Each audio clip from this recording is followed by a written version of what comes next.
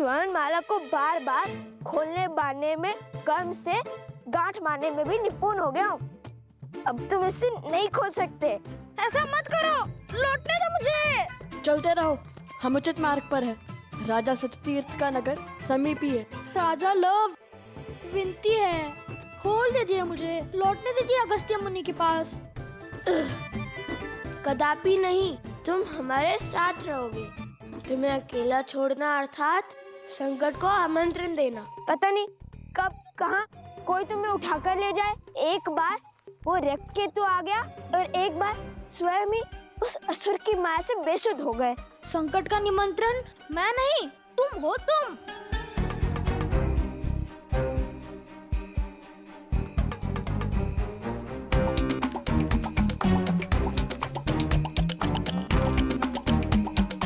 रुक जाता तो अगस्त्य ऋषि से तनिक ज्ञान ही ले लेता। वो एक ग्रास में पूरा का पूरा वो तभी असुर खा गए थे। आता समुंदर को पीकर बंजर कर दिया था उन्होंने। ना कुछ सीख जाता उनसे। क्यों, जल पीना नहीं आता क्या? अच्छा, तो आलो का पूरी क्यों नहीं लेकर गए मुझे? ले जा रहे हो तो वो भी वहाँ जहाँ प्रेतों का डेरा है। मेरे पास तो स्वर्ण कमल की माला भी नहीं कि मैं अदृश्य हो सकूं। आलोकपुरी के मार्ग में हमने तुम्हें नहीं छोड़ा था। तुम स्वयं पीछे रह गए थे। इतना खाते क्यों कि भाग ही ना सको?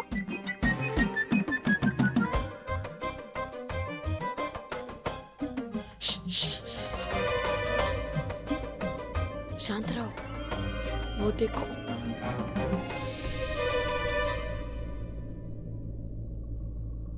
देखो, कहा था ना, तुम संकट में ले जाओगे मुझे। नहीं नहीं नहीं, कुछ जाने दो मुझे। मैं नहीं आऊंगा।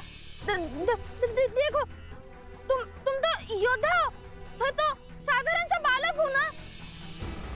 देखो देखो, छोड़ दो मुझे। भाग सकता हूँ, लड़ नहीं सकता। चलो चलो, नहीं, कुछ नहीं होगा, कुछ नहीं होगा तुम्हें।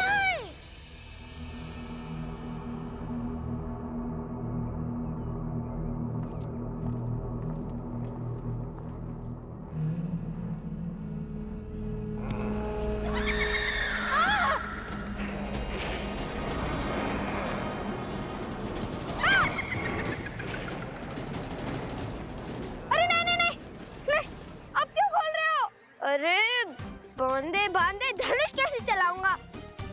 इतने भ्रमित क्यों? कभी खोलो कभी बांधो। नहीं।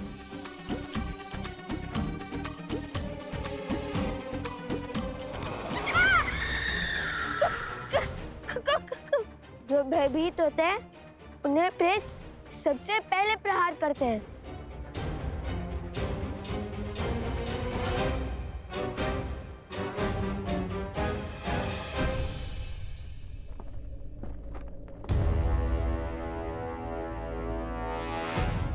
आप सभी मिलकर किसी को भी राजा बना देंगे तो क्या वो मान्य हो जाएगा? मानना पड़ेगा, क्योंकि जिन्होंने हमारे प्राण बचाए उन पर प्राण निछावर करने का धर्म है हमारा। लव कुश जितने वीर हैं उतने ही धीर भी। वो हमारे रक्षक भी हैं और हमारे शुभचिंतक भी। परंतु क्या शास्त्र इसकी अनुमति देते? शास्त्र अनुसार संपूर्ण कौशल राज के केवल एक ही राजा हो सकते हैं और वो राजा हैं श्री राम। शास्त्रों की अनुमति से ही ये निर्णय लिया है हमने। परिस्थिति के अनुसार विशेष पूजा करके कुछ समय के लिए अपना राजा बदल सकते हैं और इनका राज्याभिषेक तो स्वयं ऋषिवर हरित ने किया है। इसलिए आने वाली पूर्णिमा तक लव ही हमारे महाराज रहेंगे। हाँ हाँ, लव और कुश ने असुरों को मारकर हम सबको घोर विपदा से बचाया है। रघुकुल ने रक्त बहाया है इस धरा के लिए और आज इसी धरा की प्रजा अपने ही राजा के आदेश की अवहेलना कर रही।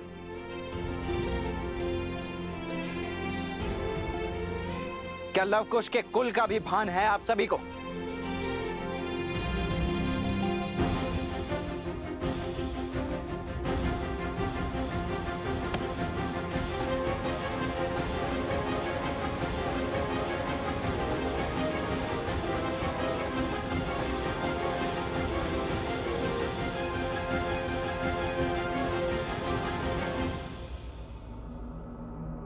भूत प्रेतों की नगरी, यही स्थान मिला था ऋषि अगस्त्य को। यहाँ अजय होना तो छोड़ो, जीवित रहना भी कठिन लगता है। अभी तो उनकी महिमा गा रहे थे। हाँ, आगे बढ़ो।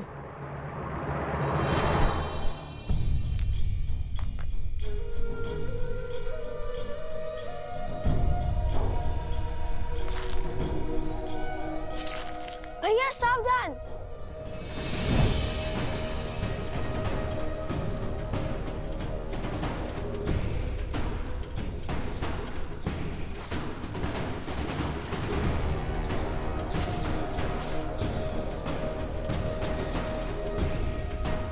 ये तो स्वर्ण है।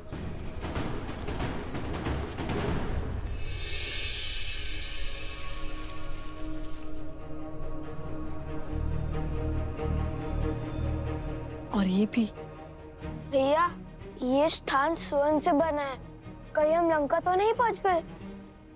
अच्छा, तो अभी तक कितने सागर पार किए हैं तुमने? पहले इस जाल से अपनी धोती को तो संभालो, फिर हंसना। समझ गया ये लंका नहीं है, अब चले आगे।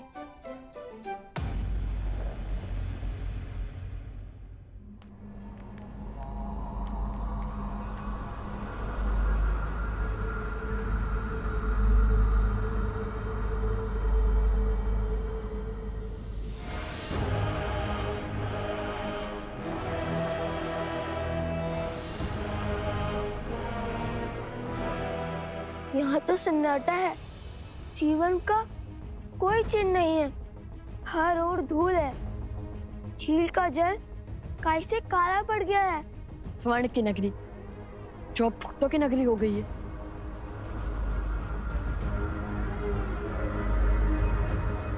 यह अवश्य ही सतीर्थ का महल होगा।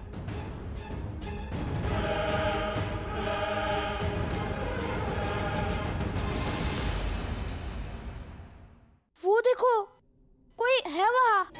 भेष से तो ब्राह्मण देव लगते हैं। हाँ, कदाचित मार्ग भटक गए होंगे। सोम, तुम जाकर उनसे पूछो, हम महल की ओर जाते हैं। अति उत्तम।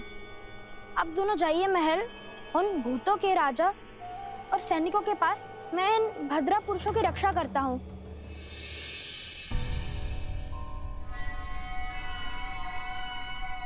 मैं तो बच गया। सुनिए ब्रह्मदेव।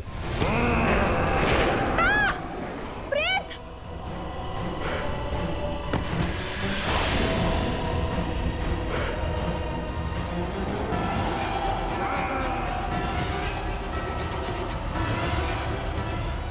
सोम,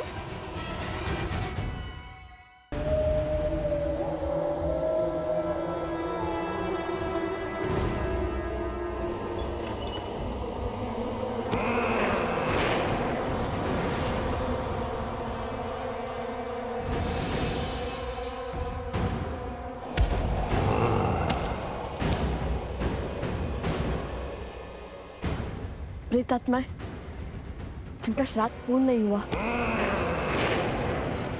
कैसे पता भैया? उनकी शिखाओं को देखो।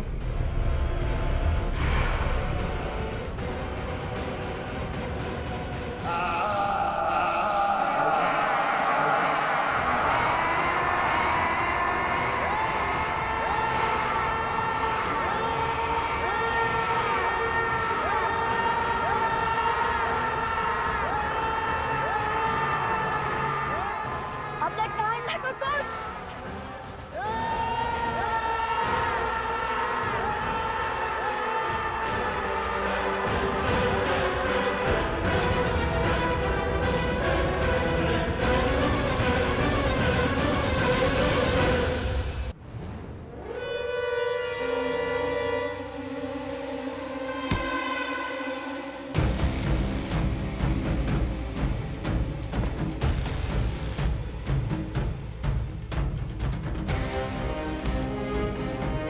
ये सब क्या हो रहा है? विद्रोह की तैयारी?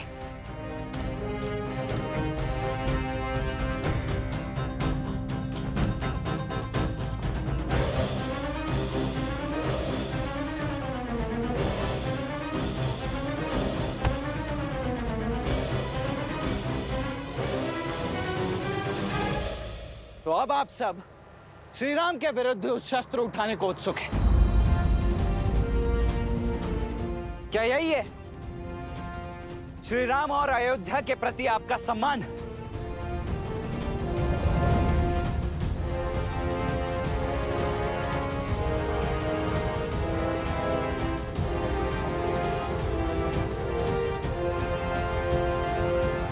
हम विद्रोह नहीं कर रहे हैं, हम राजभक्ति निभा रहे हैं। देखिए कुमार, हम आज भी आपका सम्मान करते हैं, रघुकुल का मान रखते हैं। जिस धर्म के लिए रघुकुल के ऋणी हैं, वही ऋण उन बालकों ने हम पर चढ़ा दिया है। धर्म कहता है आने वाले पूर्णिमा तक हम अपने नए राजा का साथ दें। अतः आपसे विनती है, आप भी तनिक अपनी प्रजा पर विश्वास कीजिए। अपने राजा की ढाल बनना यदि आपकी इच्छा है, तो अपने राजा की आज्ञा का पालन करना मेरा कर्तव्य है। उन दोनों ऋषि कुमारों ने हमारे अश्व और मेरे छोटे भाई शत्रुघ्न का अपहरण किया है। अब या तो आप हमें वो अश्व और शत्रुघ्न लौटा दीजिए, अन्यथा युद्ध के लिए सज्ज हो जाइए।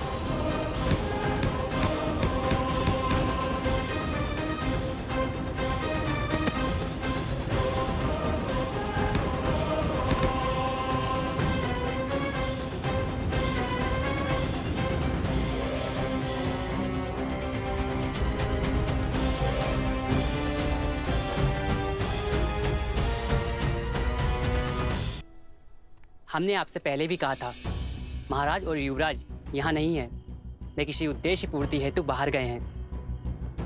यदि आप उनके बिना भीतर आना चाहते हैं, तो आपको हमें मृत्यु के घाट उतारना होगा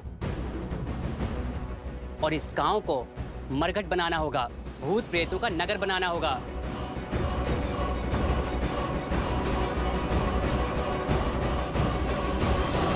माता, जब आपकी माता ने आपकी प्रतिमा को यज्ञ में विराजमान देखा, तो वो भाव विभोर हो उठी। माता, वो आंखों में आंसू लिए कहने लगी कि प्रभु श्री राम को पहचानने में भूल हुई उनसे। प्रभु श्री राम को जिसने नहीं जाना, उसने कुछ नहीं जाना। माता, ये बात तो उचित कही उन्होंने। माता, शीघ्र ही अयोध्या आपको पुनः पाने का सौभाग्य पाएगी। माता, किंतु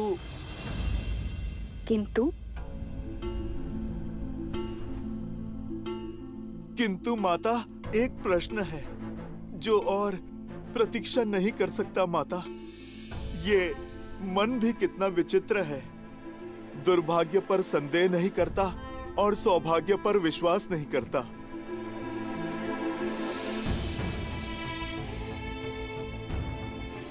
पुत्र का अधिकार है कि मन में उठ रहे हर संशय अपनी माता के सामने रखें।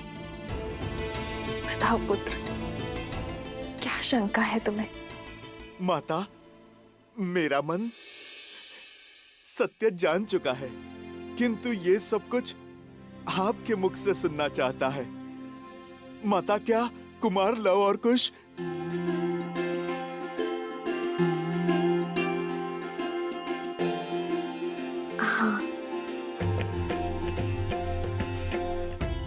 कुछ मेरे ही पुत्र श्री राम के तने रघुकुल के वंशज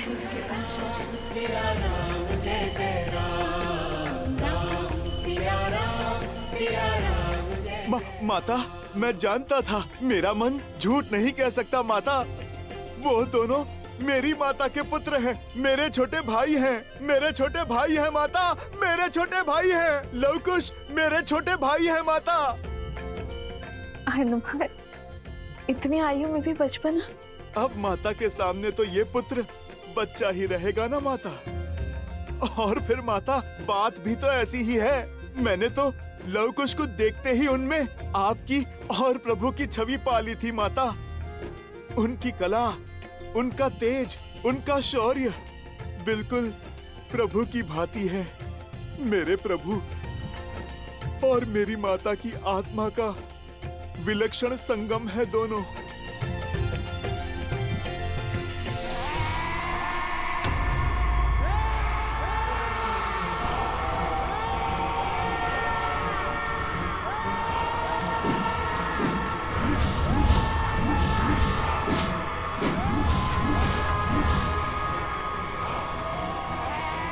मैं इनके सामने अधिक देर तक नहीं टिक पाऊंगा कुश।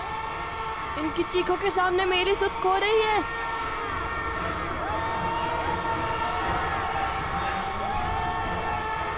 कुश, ये तो रुक ही नहीं रहे हैं।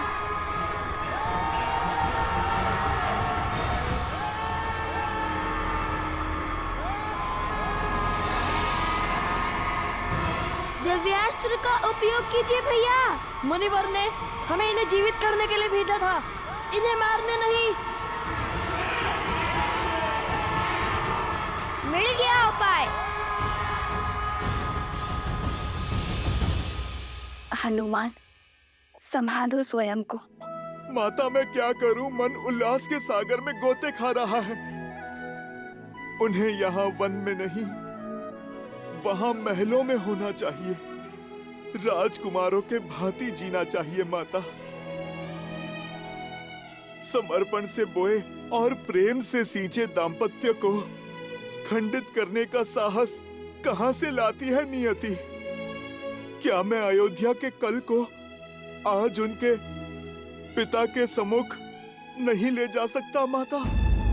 क्या प्रभु और आपके पग में पड़ी वियोग की बेड़ियों को मैं नहीं काट सकता माता? हनुमान, जब मेरा तप पूर्ण होगा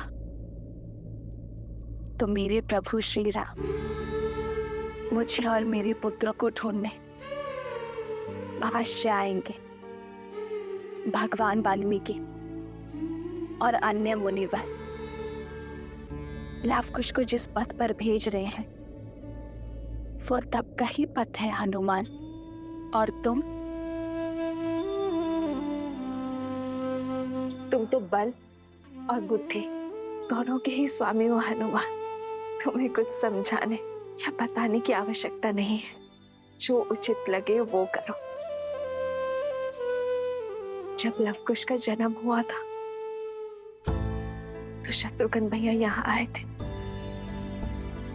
तब मैंने उनसे कहा था सूर्यवंश के इन सूर्य का तेज अयोध्या तक नहीं पहुंचना चाहिए। आप किसी से कुछ नहीं कहेंगे भैया, किंतु तुम्हें कोई आज्ञा कोई आदेश नहीं दूंगी, क्योंकि मेरे पुत्र हनुमान का निर्णय अनुचित हो ही नहीं सकता। माता, आपने मुझे डाल दिया ना धर्म संकट में। मेरा मन कहता है कि अभी प्रभु को सब सत्य बता दूं, किंतु धर्म तपस्या भंग करने का मैं अपराध नहीं करना चाहता माता।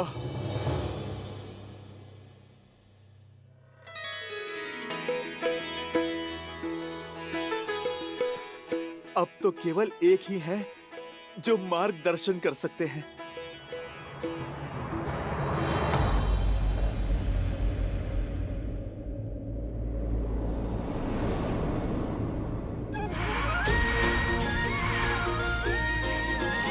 किंतु तुम्हें कैसे ज्ञात हुआ कि उनकी शिखा बांधने से वे शांत हो जाएंगे? इतना भी अज्ञानी नहीं हूँ मैं भैया। भूल गए भैया बालपन में जब बालपन? अरे अर्थात जब और भी छोटा था, तब यज्ञोपवीत संस्कार के समय मैंने उपहास में सोमकर्ण की शिखा खोल दी थी। तब माता ने बताया था शिखा ऊर्जा को शीश चक्र को चारों ओर केंद्रित करती है, व्यक्ति को उच्च चेतना और दिव्य ऊर्जा से जोड़ती है। इसे खोलकर रखने से ऊर्जा अधिक स्वतंत्र रूप से प्रवाहित हो सकती है और बांधने से रुक सकती है, जिससे व्यक्ति का मन और मस्तिष्क भी स्थिर हो जाता है। अति उत्तम। चलो, कुछ तो पाठ स्मरण है तुम्हें।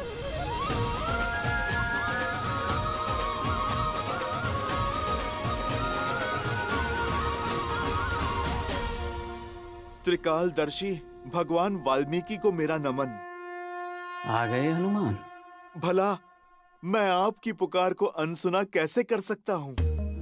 आप मेरे आने का कारण तो जानते ही हैं। लव और कुश अयोध्यापति श्री राम के पुत्र हैं, किंतु संसार को ये सत्य बताने का समय अभी नहीं आया।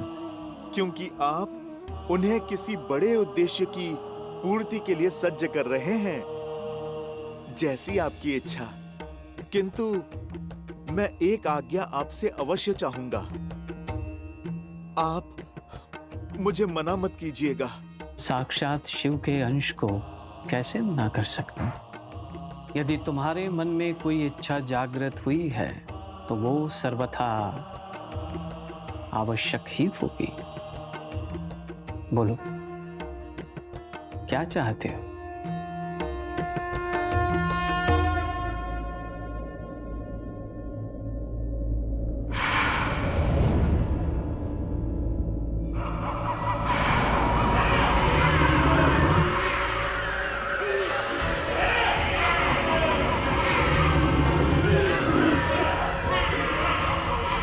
भैया, इन सब की शिका बांधना तो संभव नहीं है। अब क्या करे कुश?